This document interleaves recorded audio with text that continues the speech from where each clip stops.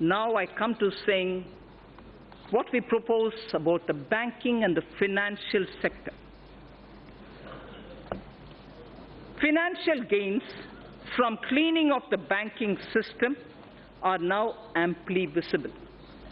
NPAs, meaning non-performing assets, of commercial banks have reduced by over 1 lakh crore over the last year.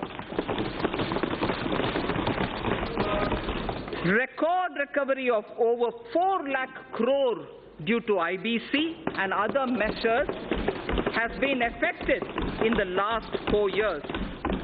Provision coverage ratio is now at its highest in 7 years, and domestic credit growth has risen by 13.8%. Government has smoothly carried out consolidation, reducing the number of public sector banks by 8. Government has smoothly carried out consolidation, reducing the number of public sector banks by 8. At the same time, as many as 6 public sector banks have been enabled to come out of prompt corrective action framework. We have enabled 6 public sector banks to come out of that situation.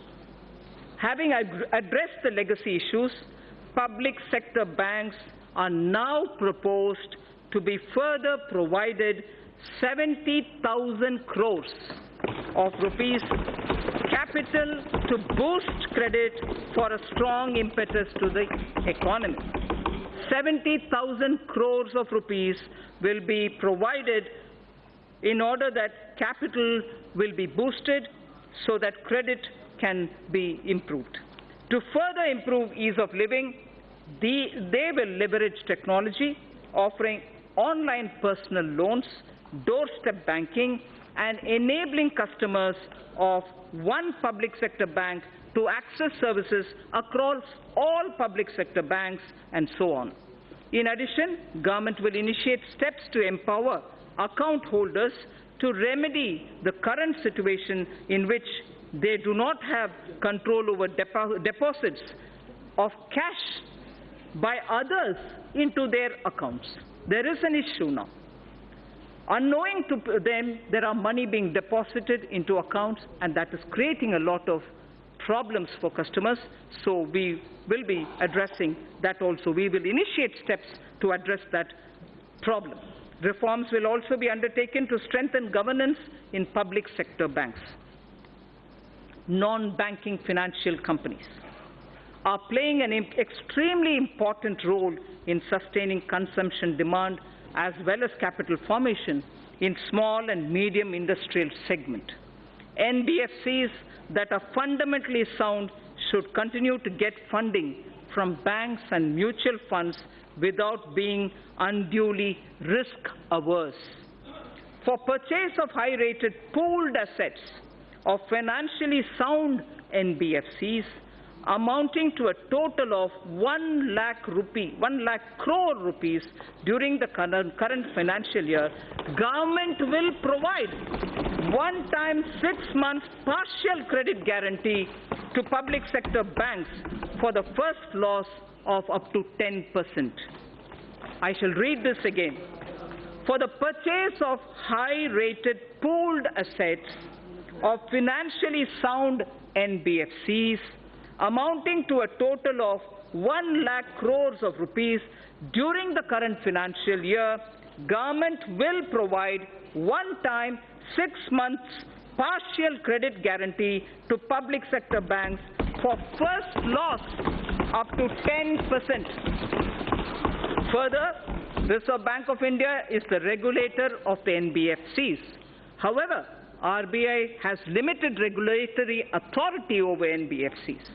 Appropriate proposals for strengthening the regulatory authority of RBI over NBFCs are being placed in the finance bill.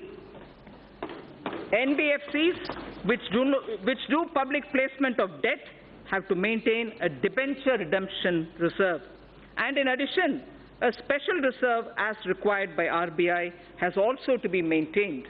To allow NBFCs to raise funds in public issues, the requirement of creating a DRR, that is a debenture redemption reserve, which is currently applicable for only public issues as private placements are exempt.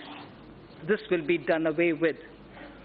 To bring more participants, especially NBFCs, not registered as NBFCs factor, on the TREDS platform, amendment in the Factoring Regulation Act 2011 is necessary, and steps will be taken to allow all NBFCs to directly participate on the TREDS platform. Efficient and conducive regulation of the housing sector is extremely important in our context. The National Housing Bank, besides being a refinancer and a lender, is also the regulator of the housing finance sector. This gives a somewhat conflicting and difficult mandate to the NHB. I am proposing to return the regulation authority over the housing finance sector from the NHB, National Housing Board, to the RBI. I am proposing to return the regulation authority over the housing finance sector from NHB to the RBI. Necessary proposals have been placed in the finance bill even for that. Government has announced its intention to invest 100 lakh crores in infrastructure over the next 5 years. 100 lakh crores for infrastructure over the next 5 years. To this end, it is proposed to set up an expert committee to study the current situation relating to long-term finance and our past experience with development finance institutions, and this committee shall recommend the structure and required flow of funds through development finance institutions. The situation will be reviewed by them, and they